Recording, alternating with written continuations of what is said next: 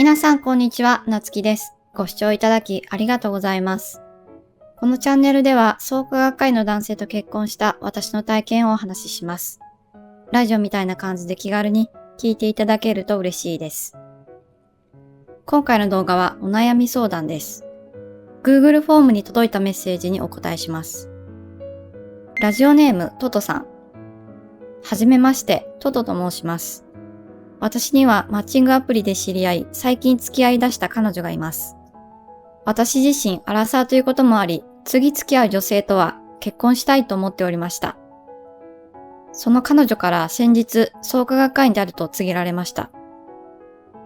彼女自身3世であり、教えに救われた経験があるから、活動も積極的にしているようです。私が特定の宗教を信じることは今後もないと思いますので、もし宗教勧誘してきたら別れるしかないなと、諦めの気持ち半分で話を聞いていましたが、ひとまずは勧誘されることはありませんでした。しかし、創価学会については全くの無知なので、今後付き合い続けた時にどうなるのかといった漠然とした不安があります。結婚するならば形だけでも信者にならないといけないのでしょうか。形だけの入会をすることを想像すると、いくら彼女といるためとはいえ戸惑いがあります。彼女が個人で何かする分には構いません。趣味の一つだと割り切れるからです。宗教趣味というと怒られるとは思いますが。ただ私の生活にずかずか他の信者さんが入ってきたりするようになるならば耐えられないとも思います。投稿者さんの動画をまだすべて見れたわけではないので、もしかしたらどこかの動画で述べられているかもしれませんが、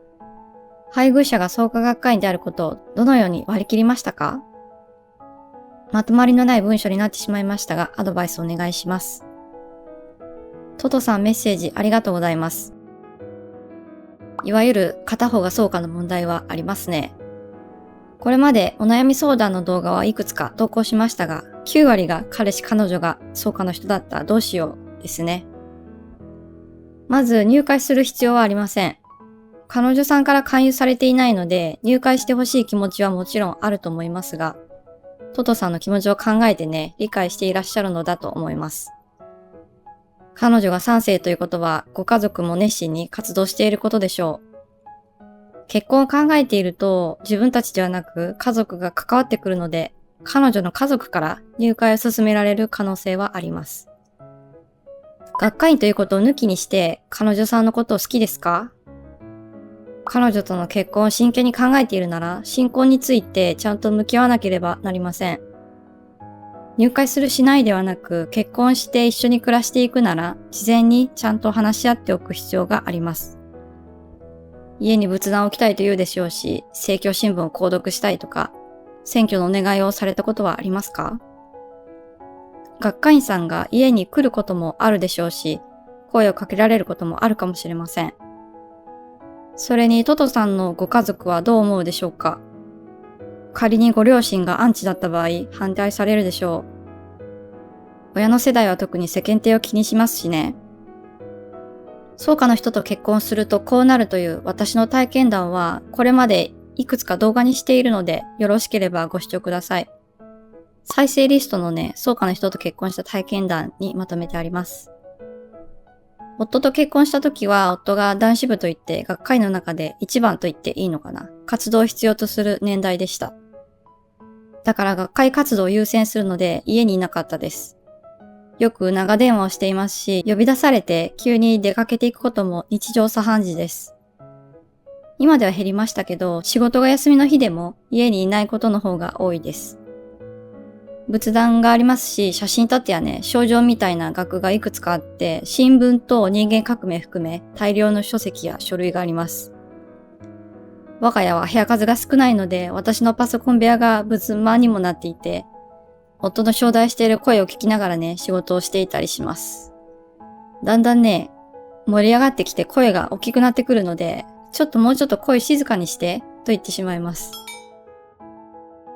彼女さんはどの程度熱心に活動しているのか聞いてみてはいかがでしょう。毎日祈っているのか、会合があれば必ず参加しているのかとか、創価に興味があるのかと受け取られるかもしれませんが、感情的にならずに、取材相手にね、インタビューするみたいな感じで、聞き取り調査をしてみてはいかがでしょう。積極的に活動しているって何をどれだけしているのか。これを把握しておけば、後で揉めることは少なくなると思います。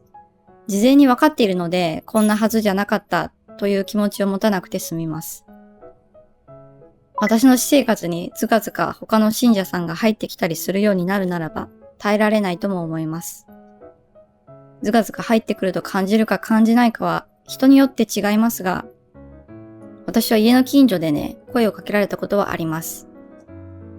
夫と一緒にいるとたまに遭遇するので挨拶することもあります。これは知り合いに会ったら同じことをするので、嫌な気持ちになるかどうかは自分の捉え方次第とでも言いましょうか。私の活動を理解してほしい。私が信じているものを理解してほしい。なんか許可を求められるみたいな、認めてほしいというならストップです。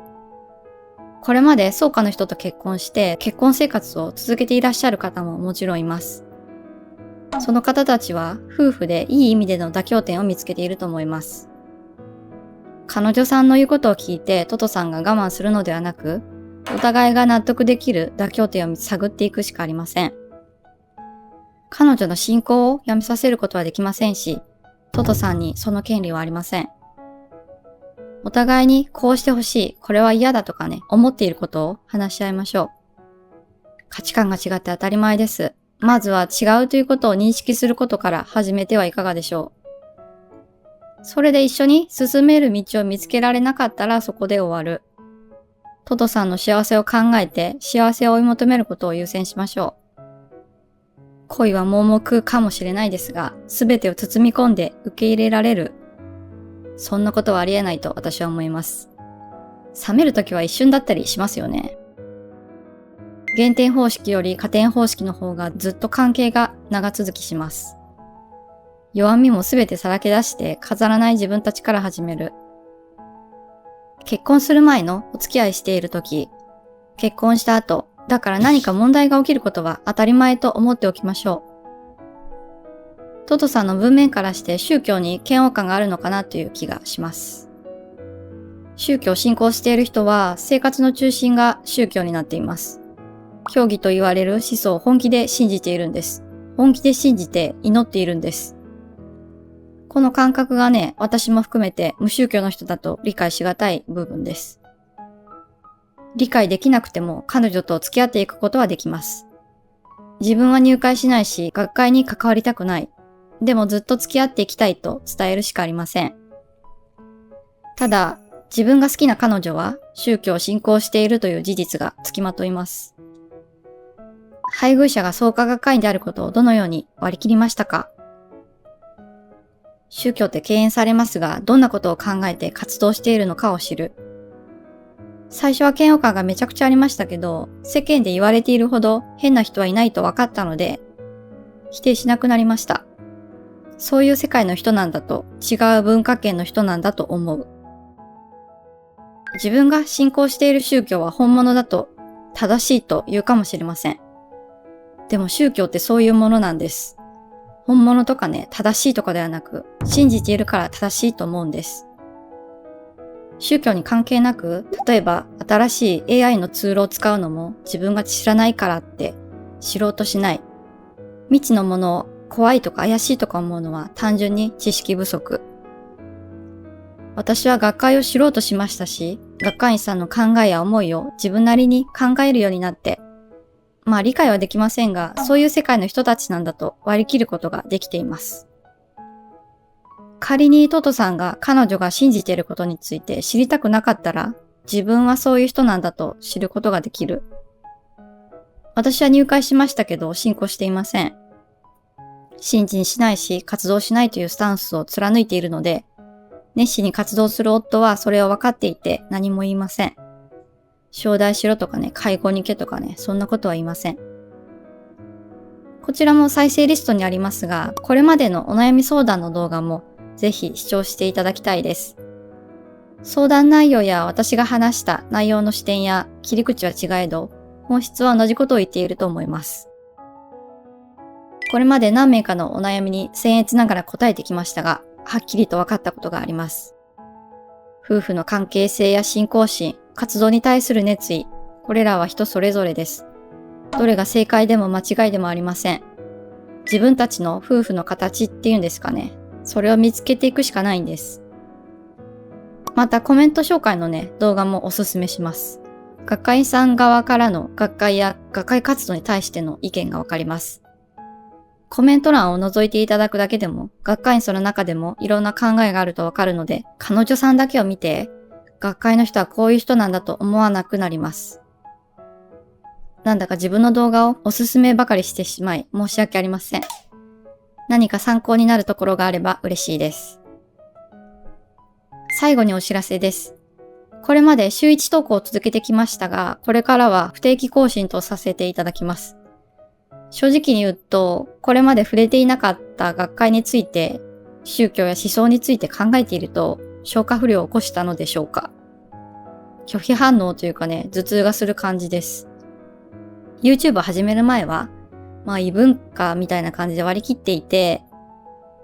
今ほど宗教について考えていなかったんですが、今は発信するために理解して、頭の中でずっと考えている状態です。もともと宗教っぽいことに耐性がなかったのかもしれません。初代もしていないのに、ちょっと宗教に入り込みすぎたかなと思って、正直苦しくなってきたので、更新頻度を低くしようと思いました。もちろん今まで通り、コメントや概要欄の Google フォームでもお便りを送っていただいて構いません。今回の動画はこれで終わります。高評価やコメント、チャンネル登録をよろしくお願いします。最後までご視聴いただきありがとうございました。動画投稿をやめるときはきちんと伝えますので、気長に待っていてください。